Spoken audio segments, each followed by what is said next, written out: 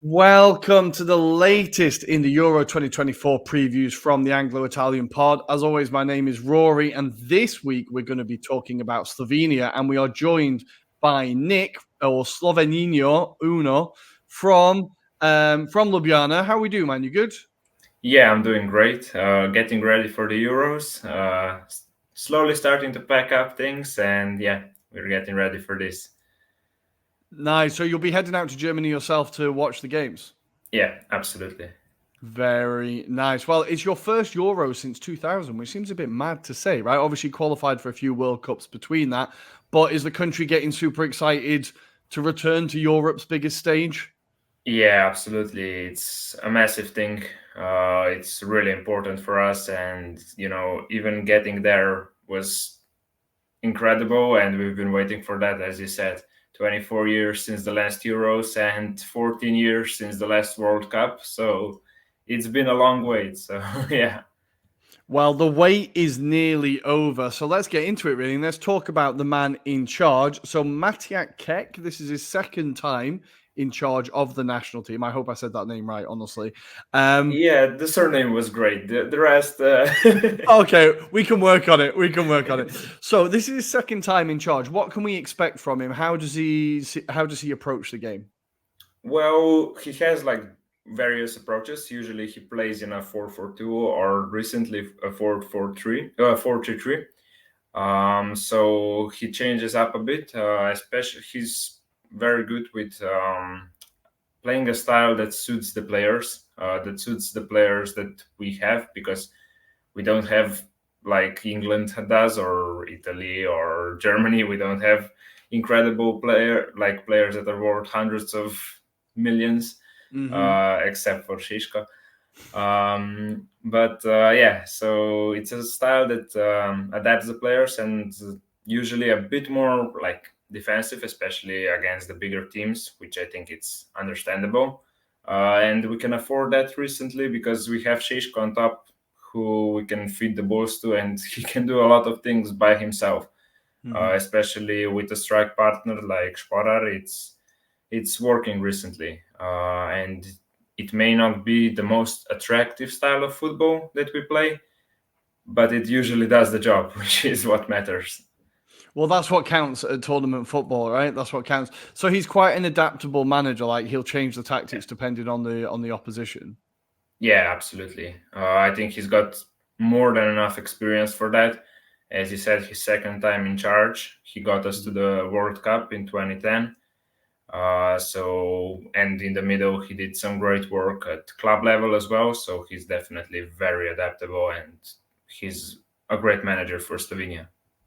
Nice. Well, if we go to the squad, and this is one of the squads that will be most familiar to some of our listeners because there are a lot of players that are based in Serie A. So we have Brecalo, for example.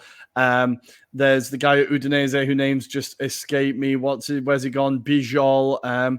So there's lots of players that are in Serie A. Now, obviously, we will talk about Sheshko and how excited we are, but let's start with the defense. Brecalo obviously used to play for Torino, right? And Bijol's Um, currently at Udinese. Um, is it the how do you same? see? Is it the same Bricolo we're talking about? Maybe that's Josip Brekalo. I've just corrected myself. Maybe it is a different Brekalo. But how do you see the defense shaping up? Yeah, absolutely. I mean, Bricolo, he is still very important, even though he doesn't play in the Serie A. He plays in MLS right now. But yeah, next to him, Biol, he's like the center of defense. He's a rock. So a very very important player for us. And I think he will also be getting a move out of Udinese very soon. I think there's been some offers from some bigger Italian clubs, so we'll see how that goes. And there's of course some others like Karnichnik and Janja, and then also another player that is in Italy, Peter Stojanovic. He played Mm-hmm. in the second division this year in Serie B for Sampdoria, even though he didn't play as much as he would have liked, I think. But yeah, he's also a very crucial part. Even though he usually plays a bit more forward now, he started Mm-hmm. usually at right back. Now he's more of a right wing back or even right mid, but also a very important part of defense. And then, of course, in goal, you have the man, the myth, the legend, Jan Oblak. So, yeah. Well, this is his first Euros for Slovenia, right? It's going to be a huge moment, and like obviously he's an icon for the country, right? Yeah, absolutely. He's been waiting for this moment for his entire life, I think. He's stayed with the squad for a long time now. He's been the captain and he's led them through the qualifying. So, absolutely, it's a big moment for him as well. Nice. And going into the midfield, we have Lovric from Udinese as well, who's also had a fairly in a struggling Udinese team. He's had a fairly decent season. How do you see the midfield shaping up, and who are the players that we should be keeping an eye out for? Yeah, as you said, Lovric, he's a player that we're kind of looking at how he will do since he got injured in the last part of the season, and he only got back when we started playing the friendlies. So in the first friendly, his fitness wasn't there yet. In the second one, he's been showing signs of improvement. So I think he will be ready. Maybe not for the entire game, but I think he will feature as well. And then, of course, you've got players like Ilchnik from the Slovenian league. He's been playing at Olympia and he's led them to Europe this season, which in Slovenia is kind of a big thing. And then next to him, Gnezda Cherin, also very important, played for Panathinaikos almost the entire season and is now linked with a pretty big move to Dinamo Zagreb. Oh, wow. So I think those two are the main parts of that midfield. And then you've got like the players on the left mid and the right mid who I think are gonna be quite like changing a bit. There's Juga, there's Stojanovic, as I said, and then and then as you said, there's Lovric. So who I don't think will play as much as in the center, but more like at the side of the midfield. So we'll see how that goes. So yeah, that's the main part of the midfield. Nice. And then we can get to the part that we're all excited to talk about. Now, not only the fact that pod favourite Ilicic has been making a return and seems to be, we absolutely loved watching him at Atalanta and seeing him get on the other side or coming through the other side of these battles and these issues he's had is just fantastic. So let's talk about him first. Are you excited to see Ilicic back in the Slovenia shirt and leading the country? Yeah, absolutely. I think he's been hoping to do this for a really long time.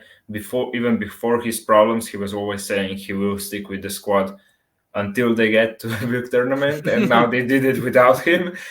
And at least he got the rewards to be in the squad, which is good. And yeah, he's been on an incredible return. He got to Maribor when he got there. There was lots of doubts about his fitness, if he will ever get back to his form. But yeah, in this season, he's been back to his best, you could say. He may not be as fit anymore. Especially for the national team, I don't think he can last an entire game. But he will definitely come from the bench and he can change the game for us. In the last, he scored an incredible goal in one of the friendlies, right? It was a very Ilicic goal. Yeah, he did. He scored against Armenia. That was the game winner, like 4 minutes after he entered the game, which is exactly what we'll need him for at the Euros as well. So it's going to be really important. Those last 20 minutes for him are going to be crucial for us as well. So, yeah. Nice. And then the main man. Now, we're still going to talk about him, even though he's cruelly rejected Arsenal and decided to stay at RB Leipzig. I'm not bitter at all. But the main man, this is going to be the breakout season, for the breakout tournament for him, right? Benjamin Šeško. What can we expect from him? Is he like the absolute main focus of the team? Yeah, I think so. He's been becoming like the main focus of the team game by game. In the qualifying, he's just showed up almost every time. He's the crucial part of the team. Like we know we have Oblak in goal, but the goalkeeper is just in goal. They can't do much on the field other than keep their net empty. So yeah, Šeško is gonna be crucial for us, and I think he made the right move for staying at Leipzig. I think it may have been a bit too soon to go to the Premier League, like after barely a season in Germany, and after he was just getting started in the last couple of rounds by scoring 7 goals in his last 7 games. So I think he's gonna be very important for us, and I think he will show up at the tournament because he usually does for the national team. Nice. Well, I'm really like I completely understand why he stayed there. I think for him because he would have only been second. He would have probably been second choice at Arsenal as well. So I think it's worth him staying there, being the main man for another few years, and really building himself. And then we can get him in a few years' time for a bit more money, I imagine. But who are the players that maybe we're not aware of that you're excited to see this tournament that you think are going to surprise people? Yeah, as I said before, Sporar next to Šiško in attack is very important. He also scored in one of the friendlies. He may not have had the best season in Greece, but he fits the style that Šiško plays. They like link up together very well, and I think it suits them both to have a striker like that next to them. So he's going to be very, very important. And then, as I was saying, the defenders like Karničnik and Stojanovic, who will play a bit more forward probably. We'll see if he is fit. He's had some problems, I think, but yeah, if he's fit, he's gonna be very important for us as well. Those are the main players, and then we've got like some young up and coming strikers like Vipotnik as well, who plays for Bordeaux in the French second division. I think he's gonna be pretty important for us as well as Celar, who played in Switzerland. I think he was the top scorer of the Swiss league as well. So I think we're good in the strike force, and the rest we'll see. This is a long list of strikers I've got on my screen. Honestly, it's very, very impressive. Yeah. It looks like a bright future for Slovenia in general. But for the last question, let's stick with the tournament and say, okay, now it's a slightly difficult group. Obviously, you have England, Denmark, and Serbia. So how far do you think Slovenia can go? What would be considered a successful tournament? I think we're all hoping to at least get to the round of 16. It would be the first time for us to get out of the group stages. So I think that's what we're hoping for, especially now with the lucky third place. Yeah, correct. Yeah. I think that's what we're kind of hoping for, and then we'll see how it goes. It's important to just get as much out of each game, especially the first two. We know we can play against Denmark, even though, yes, in the qualifying we drew once and we lost narrowly away from home in Denmark. So I think anything can happen in that game. And then against Serbia as well, I think the teams are quite even, if you think about it, even though they may have like bigger names, but Serbia usually they struggle in tournaments. So we'll see. We're hoping for that. But yeah, it's gonna be a difficult tournament for us, and I think the round of 16 is definitely gonna be a success if we manage to do it. Beautiful. Wow, we look forward to seeing Slovenia in the tournament, and we'll have you on in the future to cover your adventures in Germany. But when our viewers and listeners want to find you, where can they find you online and follow your Germany trip? Yeah, mostly on Twitter.